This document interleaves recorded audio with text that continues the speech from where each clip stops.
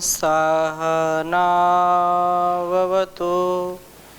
सहनौ भुनक्तु सह वीर्यं करवावहै तेजस्विनावधीतमस्तु मा विद्विषावहै।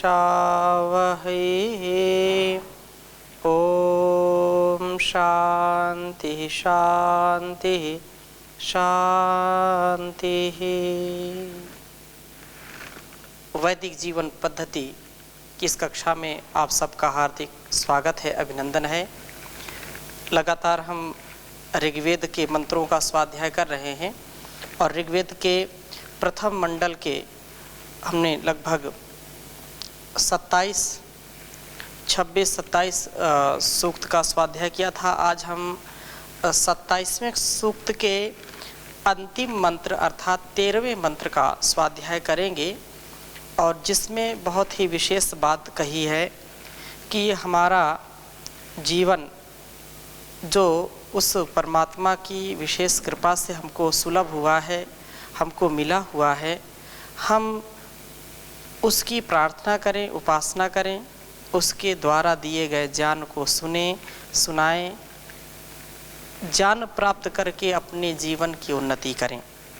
और यह जब जीवन हमारा श्रेष्ठ आचरण करने वाला बनेगा, अर्थात अपने जीवन में हम सदाचरण करेंगे, अपने जीवन में सद्व्यवहार का ध्यान रखेंगे, सदाचार का ध्यान रखेंगे, तो निश्चित रूप से हमारा जीवन कल्याणकारी होगा।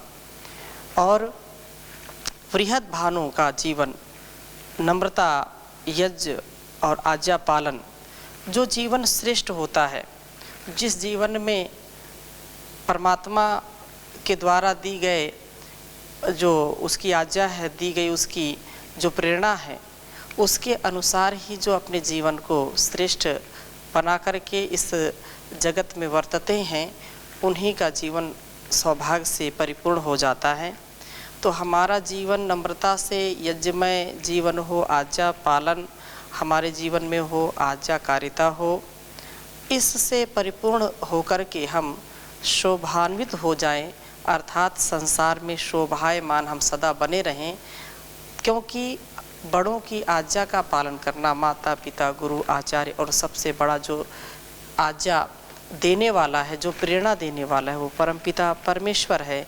तो उसकी हम सदा प्रेरणा से आगे बढ़ते रहें, ऐसी प्रार्थना इस वेद मंत्र में कही गई है। हम इसको पहले लिखते हैं, फिर इसके विषय में आपसे निवेदन करेंगे। बहुत ही सुंदर मंत्र है। ओम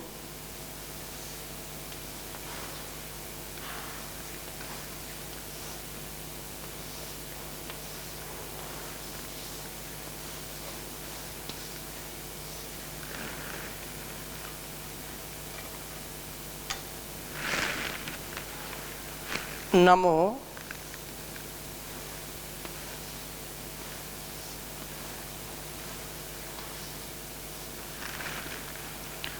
महद्भ्यो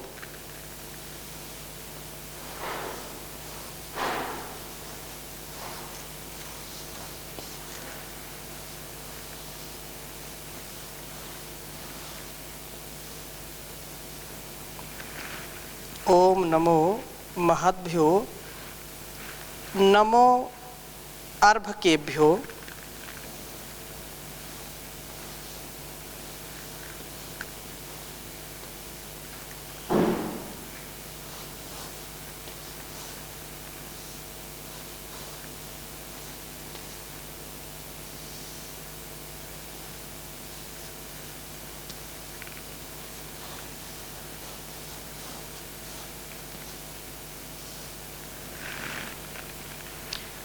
नमो युवभ्यो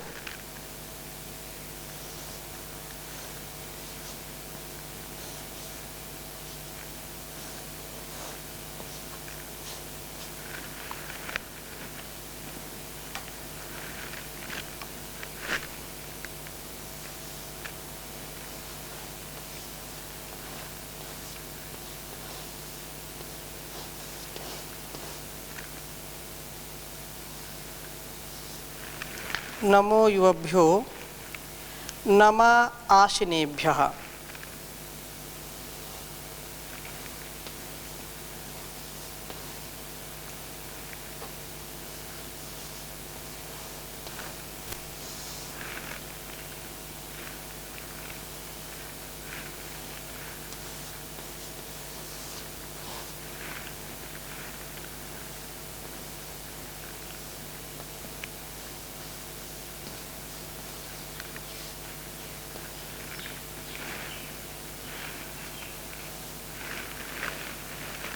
यजाम देवान्यदि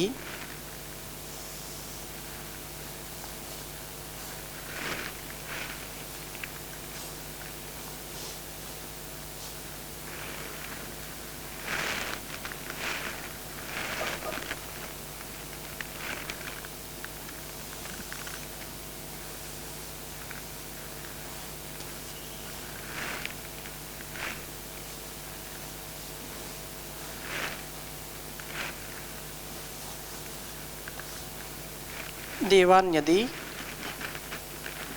शक्नवाम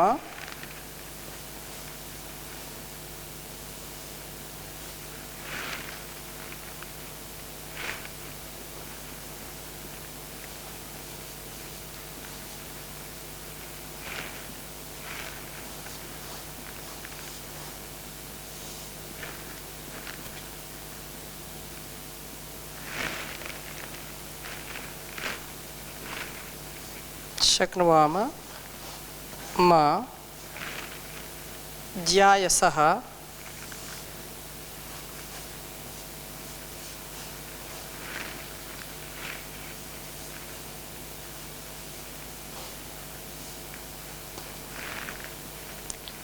संसमा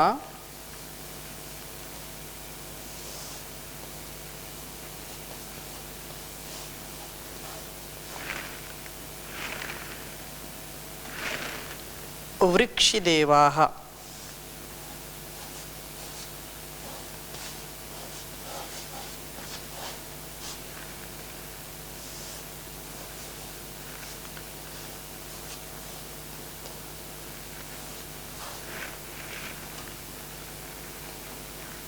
बहुत ही सुंदर मंत्र है।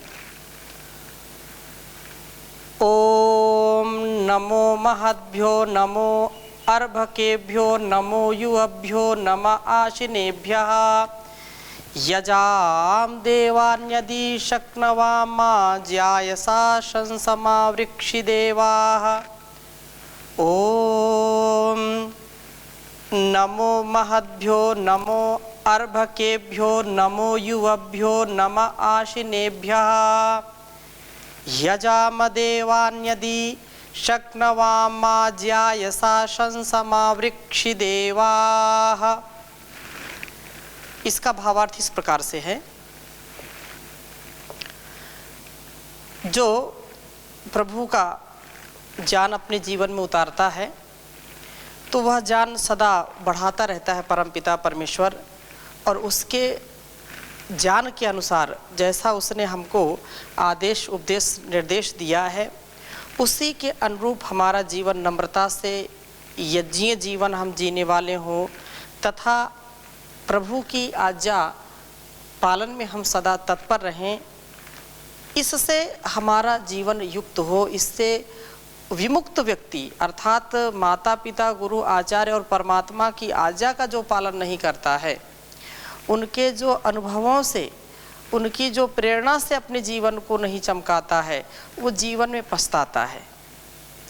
इसलिए यहाँ ये प्रार्थना की गई है कि हमारा जो जीवन हो वो बड़ों की आज्ञा में अपने को फलीभूत करने वाला हो।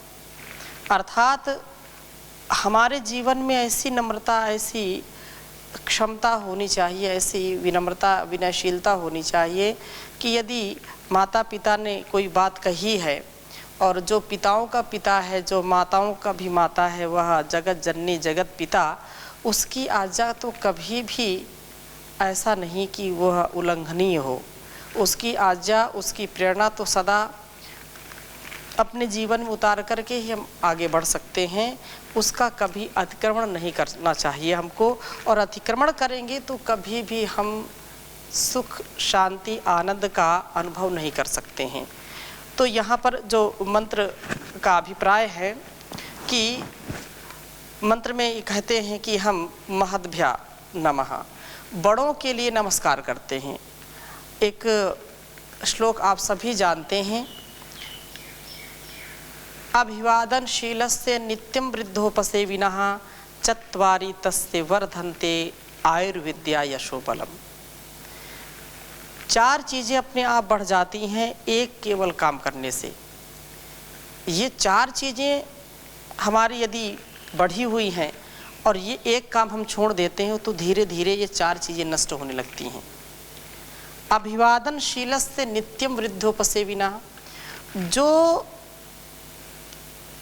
मनुष्य, जो व्यक्ति, जो संतान अपने से बड़ों का, माता पिता, गुरु, आचार्य, अतिथि, जो अब समाज में बड़े हैं, आयु में बड़े हैं, ज्ञान में बड़े हैं, उनका जो सत्कार करते हैं, उनका जो सदा प्रियाचरण करते हैं, उनके प्रति सदा नतमस्तक होकर के अभिवादन करते हैं, उनको नमस्कार करते हैं, उनकी सेवा शुश्रूषा में अपने जीवन को लगाते हैं, उनकी आज्ञा का एक बार भी उल्लंघन नहीं करते, जो बड़ों की आज्ञा का उल्लंघन नहीं करते हैं, उनका सदा अभिवादन करते हैं। वे आते हैं तो अपने आसन से जो उठ कर के खड़े हो जाते हैं, उनको सबसे पहले आसन देते हैं। जब वो कोई प्रश्न पूछते हैं तो बड़ी विनम्रता पूर्वक उसका उत्तर देते हैं। तो ऐसे जो लोग होते हैं उनकी आयुर, विद्या, यश और बल, 4 चीज़ें बढ़ जाती हैं। आयु भी बढ़ जाती है, विद्या भी बढ़ जाती है, यश भी बढ़ जाता है और उनका बल भी बढ़ जाता है, आत्मबल बढ़ता है, शरीर बल बढ़ता है, लोक का बल बढ़ जाता है। इसलिए हम सदा सर्वदा इस बात का ध्यान रखें कि उस परमात्मा की आज्ञा का पालन करें, बड़ों के लिए सदा नमस्कार करते रहें। महद्भ्यः नमः, तो जो महत हैं, जो हमसे बड़े हैं, ज्ञान में बड़े हैं, आयु में बड़े हैं, अनुभव में बड़े हैं, किसी भी स्तर से बड़े हैं, तो उनका कभी भी अपमान नहीं करना चाहिए, उनका सम्मान करना चाहिए और उनकी आज्ञा का पालन करना चाहिए। उनको बहुत श्रद्धा के साथ, भक्ति के साथ उनको नमस्कार करना चाहिए। अर्भकेभ्यः नमः, छोटों के लिए नमस्कार करते हैं। जो अपने से छोटे हैं उनका भी ऐसा नहीं मानना चाहिए कि तो छोटे हैं, इनसे कभी भी कुछ हमको काम नहीं पड़ेगा अथवा क्या लेना देना इनसे, छोटों का क्या, ऐसा नहीं हमारे विचार में आना चाहिए। हमारे स्वभाव में छोटों को भी नमस्कार करने का स्वभाव बनना चाहिए। इससे अहंकार हमारा दूर होता है तथा उन छोटों के प्रति हमारा प्रेम बढ़ता है, स्नेह बढ़ता है। और स्नेह से हम जब परिपूर्ण होते हैं तो छोटों का भी उत्तरदायित्व बढ़ जाता है और वो हमारी सदा जय जयकार करते हैं। छोटों का, जैसे बड़ों का हम सम्मान करते हैं, वैसे छोटों का भी सम्मान हम करें। और छोटों का सम्मान करने से भी हमारी यश कीर्ति बढ़ जाती है, हमारा बल बढ़ जाता है। क्योंकि जब छोटे हमारे निकट नहीं होंगे, छोटों से हमारा स्नेह नहीं होगा, छोटों के प्रति हमारा आदर का भाव नहीं होगा, तो उनके अंदर भी हमारे लिए कोई ऐसा भाव नहीं होगा। तो ये परस्पर से सारा संसार चलता है, परस्परता में ही सारा संसार हम देख सकते हैं। पूरा नेचर, जो प्रकृति है, वो परस्पर एक दूसरे का आश्रय लेकर के आगे बढ़ते हैं। हमारा जीवन भी ऐसे ही परस्परता में ही आगे बढ़ता है। तो हम अर्भकेभ्यः नमः, छोटों के लिए भी नमस्कार करते हैं जो। और युवाभ्यः नमः, अवस्था के दृष्टिकोण से नौजवानों के लिए भी नमस्कार करते हैं। और आशिनेभ्यः, जो अवस्था को बहुत कुछ व्याप्त कर चुकी हैं, उन वृद्धों के लिए भी, जो वृद्ध हैं उनके लिए भी नमस्कार करते हैं। अर्थात छोटे बड़े नौजवान वृद्ध चाहे किसी भी अवस्था के हों लोग, उनके साथ नमस्कार जो करते हैं, उनके साथ जो नम्रता से बर्ताव करते हैं, वो हमारे बर्ताव में अभिमान की गंध भी नहीं होती है। और शक्नवाम, यदि समर्थ होते हैं तो देवान यजामा, देवताओं का यजन करते हैं, शक्ति के अनुसार देव यज्ञ को अवश्य करते ही हैं। अर्थात सारा ही नहीं खा लेते, जो यज्ञीय भावना है, देही में ददामिते जैसी बात है। और देवो भूत्वा यजेत देवम, देवता की पूजा यदि हमको करनी है, देवताओं को यदि प्रसन्न करना है, तो हमको सबसे पहले देवता बनना पड़ेगा। यदि हम यज्ञ करना चाहते हैं, यज्ञ का आयोजन करना चाहते हैं, यज्ञीय जीवन जीना चाहते हैं, तो हमारे अंदर देव पूजा, संगतिकरण, जो दान की भावना है, वो हमेशा बनी रहनी चाहिए। और ऐसा करने से व्यक्ति अहंकार रहित हो जाता है। यही इस वेद मंत्र का मूल अभिप्राय है कि अपने से छोटों का, अपने से बराबरी वालों का, अपने से वृद्धों का सदा हम उनका गुणगान करें, सदा उनको नमस्कार करें, सदा उनसे प्रेममय जीवन जीने की चर्चा करें और वैसा जीने का प्रयास करें। इससे हमारा जीवन बहुत सुखमय आनंदमय होगा। और कहा है, हे देवाः, दिव्य शक्तियों, आप सबकी हम पर ऐसी कृपा हो कि हम ज्यायसः शंसम, बड़े के कहने को माँ आवृक्षी, किसी भी प्रकार तोड़े नहीं, जैसा बड़े कहें वैसा ही हम करें, उनकी आज्ञा को अवश्य हम मानें। अर्थात हम उनकी आज्ञा में सदा अपने जीवन को बढ़ाते रहें, एक भी हम उनकी आज्ञा का उल्लंघन न करें। क्योंकि बड़ों की आज्ञा यदि हम पालते हैं, बड़ों की आज्ञा का हम उल्लंघन नहीं करते हैं, तो वैसे हमारा सामर्थ्य बढ़ जाता है। जैसे माता पिता या गुरु हमारी आयु से कई गुना उनकी आयु बड़ी होती है और वो पूरे जीवन के अनुभव को हमारे सामने रखते हैं, पूरे जीवन के अनुभव को हमको बताते हैं। तो या यदि हमारी 20 वर्ष की आयु है और हमारे गुरु यदि 40 वर्ष 60 वर्ष के हैं, 80 वर्ष के हैं, तो 20 वर्ष की आयु में 80 वर्ष का अनुभव वो ऐसे ही दे देते हैं, तो हमारे 60 वर्ष बच जाते हैं। ऐसे ही यदि हम उनकी आज्ञा का पालन नहीं करते हैं, उनकी जो सलाह है, उनका जो परामर्श है, उसको नहीं मानते हैं, तो फिर हम बार बार एक्सपेरिमेंट करते रहते हैं और नए नए एक्सपेरिमेंट से फिर हम सीखेंगे, लेकिन उससे हमारा जो सामर्थ्य है, हमारी जो ऊर्जा है, उसका दुरुपयोग होगा। ऐसे हम ना करें, हम सदा उनकी स्तुति करें, उनके द्वारा हम अपने जीवन को आगे बढ़ाएं। तो हम बड़ों, छोटों और युवाओं और ज्ञान से परिपूर्ण सभी विद्या वृद्धों को नमस्कार करते हैं। हम दिव्य गुणों से युक्त इन विद्वानों, अध्यापकों और धर्म उपदेशकों की यथाशक्ति पूजा करने वाले हों, अर्थात यथा योग्य उनका सम्मान करने वाले हों। परंतु जो देवों का देव महादेव है, उस परमेश्वर की स्तुति, पूजा, प्रार्थना और उपासना में हम कभी भी प्रमाद ना करें, क्योंकि उसका जो ज्ञान है, उसके द्वारा जो दिया गया संपूर्ण इस अस्तित्व का जो ज्ञान है, उससे हमारा मन प्रसन्न होता है, शांति हमको मिलती है और उस शांति से हम उस परमात्मा की भक्ति कर सकते हैं। बिना शांत हुए, बिना एकाग्र हुए, बिना अपने इंद्रियों पर नियंत्रण किए बिना हम कभी भी उस परमात्मा की भक्ति नहीं कर सकते हैं। तो हम उसकी यदि भक्ति करना चाहते हैं तो उसके लिए हमको निश्चित रूप से उस परमात्मा की शरणागति प्राप्त करनी चाहिए।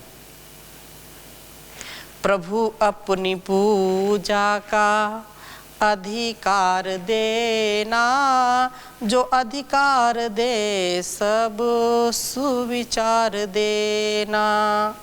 हैं अल्पज हम, भूल संभव है हमसे, संभलने को अपना ही आधार देना। प्रभु अपनी पूजा का अधिकार देना, जो अधिकार दें सब सुविचार देना। करे तेरे संसार की हम सच्ची सेवा, हृदय में दयानंद सा हमें प्यार देना। यह है मातृभूमि जो ऋषियों की जननी, यह है मातृभूमि जो ऋषियों की जननी, हमें जन्म इसमें ही हर बार देना। प्रभु अपनी पूजा का अधिकार देना। पुनः जन्म मानव का अगर पाए, पुनः जन्म मानव का अगर हम ये पाए, हमें अपने भक्तों का परिवार देना, हमें अपने भक्तों का परिवार देना। तो उस परमात्मा का यदि हम ऐसे अपनी भक्ति के साथ हम रखेंगे तो जीवन में बहुत सुंदर हमारा व्यक्तित्व होगा और पल पल हम उसकी कृपा के पात्र बनेंगे। इसलिए सुबह शाम जब भी हमको समय मिले, हम उस परमात्मा के द्वारा दिए गए आदेश उपदेश का पालन करें, उसकी आज्ञा का पालन करें और सदा विनम्रता से हम परिपूर्ण हों। और यह जीवन इसीलिए मिला है। यदि अभी नहीं कर पाए तो कभी नहीं होगा, अभी नहीं तो कभी नहीं, ऐसी धारणा हमारे अंदर होनी चाहिए।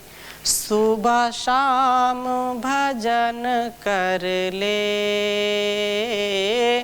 मुक्ति का यतन कर ले, छूट जाएगा जन्म मरण, प्रभु का सुमिरन कर ले। सुबह शाम भजन कर ले।